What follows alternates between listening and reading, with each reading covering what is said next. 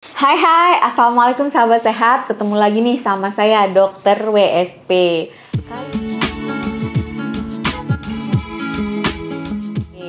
Kalian juga bisa follow nih IG saya di sini ya, @wedelia_sadina_putri. Teman-teman yang punya pertanyaan bisa DM saya. Teman-teman yang juga mengalami kondisi kesehatan tertentu, mau konsultasi juga boleh nih DM ya. Nanti saya balas. Teman-teman jangan lupa juga di subscribe channel ini biar channel ini makin berkembang, di like dan di komen juga ya di YouTube. Teman-teman di-share juga nih channelnya. Siapa tahu ada teman-teman kita yang membutuhkan informasinya. Oke? Video kali ini saya akan membahas tentang ciri-ciri ketidaksuburan atau kemandulan yang terjadi pada wanita. Maksudnya bukan apa-apa nih ya. Maksudnya biar pasangan suami istri itu aware. Kita udah menikah nih, udah lebih dari setahun misalnya, tapi kok belum dikasih keturunan. Yuk kita periksa sama-sama. Baik yang istri maupun yang suami, sebaiknya kita lakukan pemeriksaan bersama-sama. Kalian suami istri itu harus kerjasama. Jangan saling menyalahkan. Salahin istrinya, salahin suaminya, itu nggak boleh ya. Lebih baik kita ke dokter sama-sama dan periksa. Salah satunya dengan lewat menonton video ini untuk suami istri. Nontonnya bareng-bareng, oke? Oke teman-teman, jadi tandanya yang pertama itu kita sebenarnya udah pada tahu nih ya. Waktu SD, SMP, SMA, udah pada belajar ya kita ya. Apa aja nih tanda-tanda seks primer, tanda-tanda seks sekunder, baik pada wanita ataupun pada pria.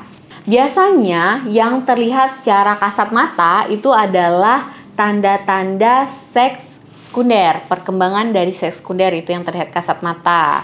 Misalnya nih, tumbuhnya payudara, kemudian ada tumbuhnya bulu pubis, selanjutnya tumbuh bulu ketiak, dan juga nih teman-teman yang dulunya bodinya rata kayak papan triplek, sekarang udah kayak gitar Spanyol karena udah terlihat terjadinya perkembangan seks sekunder.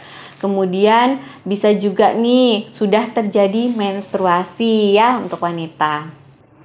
Nah, kalau teman-teman tidak mengalami perkembangan seks sekunder yang kita sebutkan tadi, kemungkinan nih, tapi tidak 100% pasti loh ya teman-teman, karena untuk kita tahu lebih pastinya kita harus melakukan pemeriksaan lanjutan.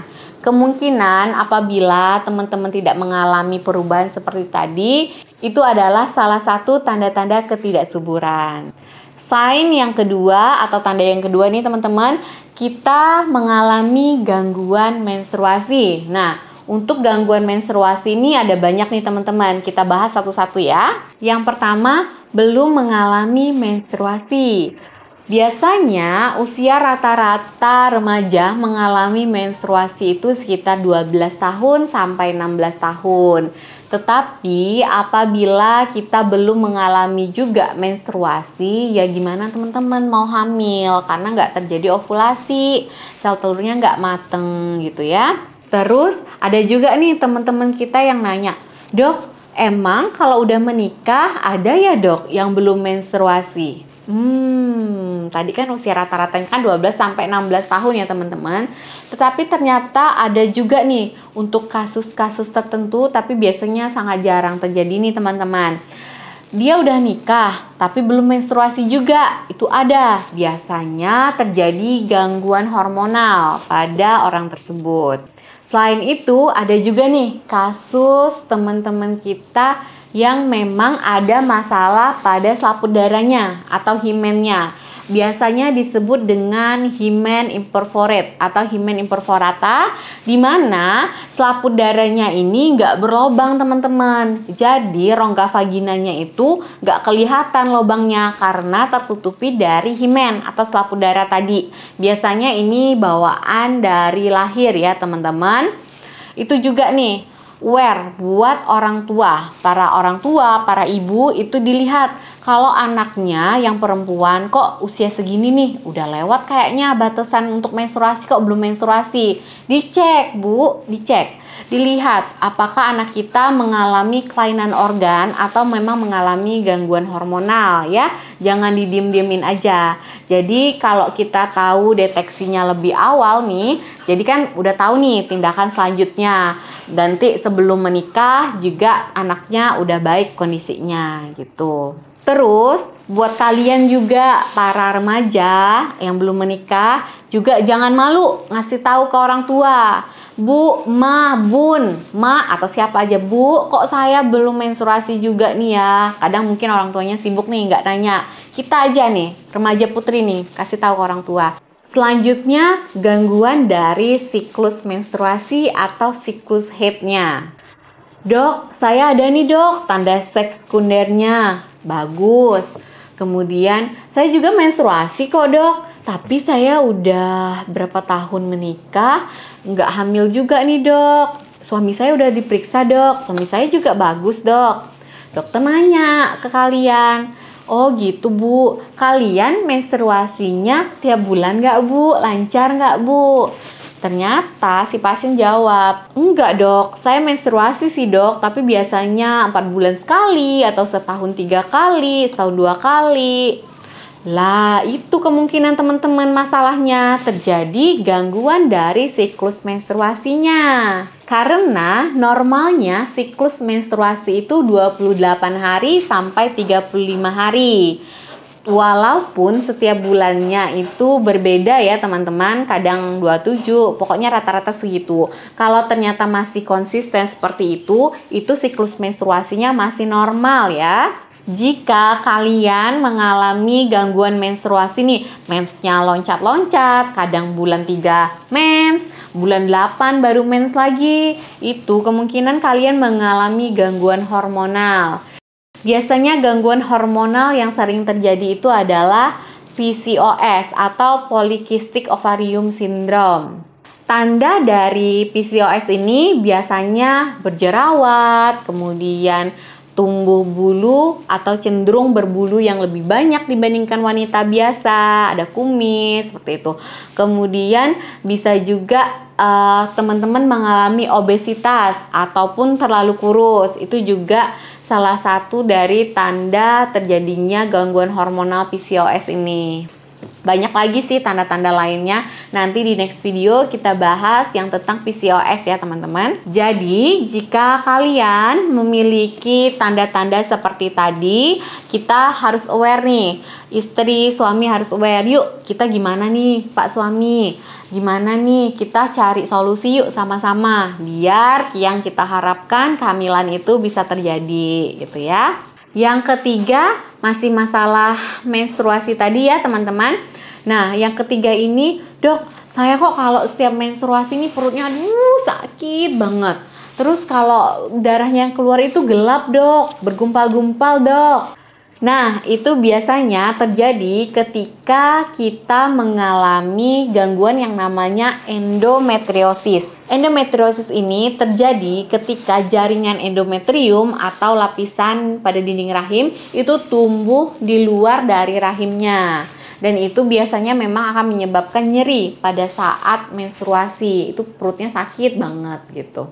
Nah, jaringan yang tumbuh di luar dari rahim tadi itu bisa menghambat dari sel sperma untuk mencapai ke ovarium. Jadi itu akan mempersulit untuk terjadinya kehamilan. Kalau teman-teman mengalami nyeri yang luar biasa ya, kalau nyeri-nyeri ringan itu masih normal teman-teman biasanya kalau mau menstruasi.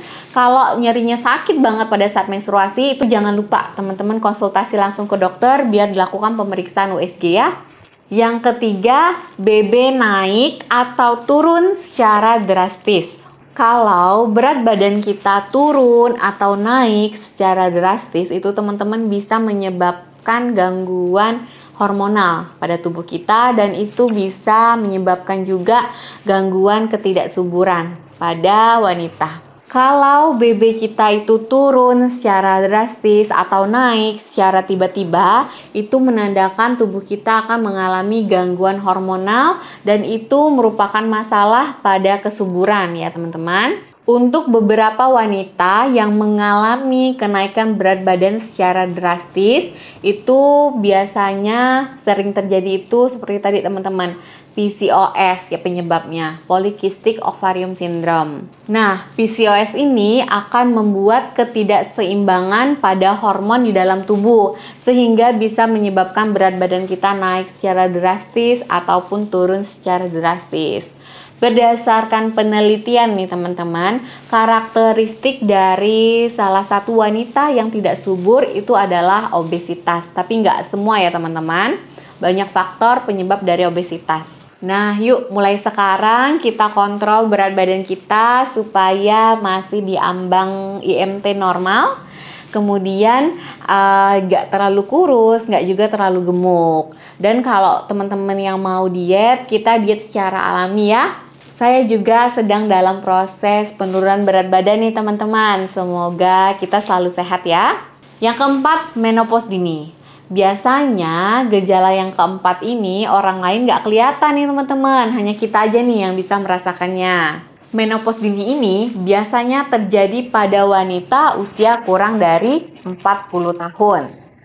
Pada usia kurang dari 40 tahun, kalian mungkin sudah mengalami menstruasi yang tidak teratur, bahkan tidak menstruasi sama sekali, vagina kering, kemudian gairah seksual menurun. Nah, apabila hal-hal tersebut terjadi, kemungkinan ovulasi sudah tidak terjadi teman-teman. Kalau ovulasi nggak terjadi, berarti peluang untuk terjadinya kehamilan juga rendah. Nah, itu tadi ya video dari saya tentang tanda-tanda ketidaksuburan pada wanita. Semoga video saya bermanfaat untuk pasangan-pasangan yang sedang menantikan buah hati. Semoga segera diberikan ya. Dan semoga kita selalu sehat dimanapun kita berada. Terima kasih untuk kalian yang sudah menonton video ini sampai habis. Dadah!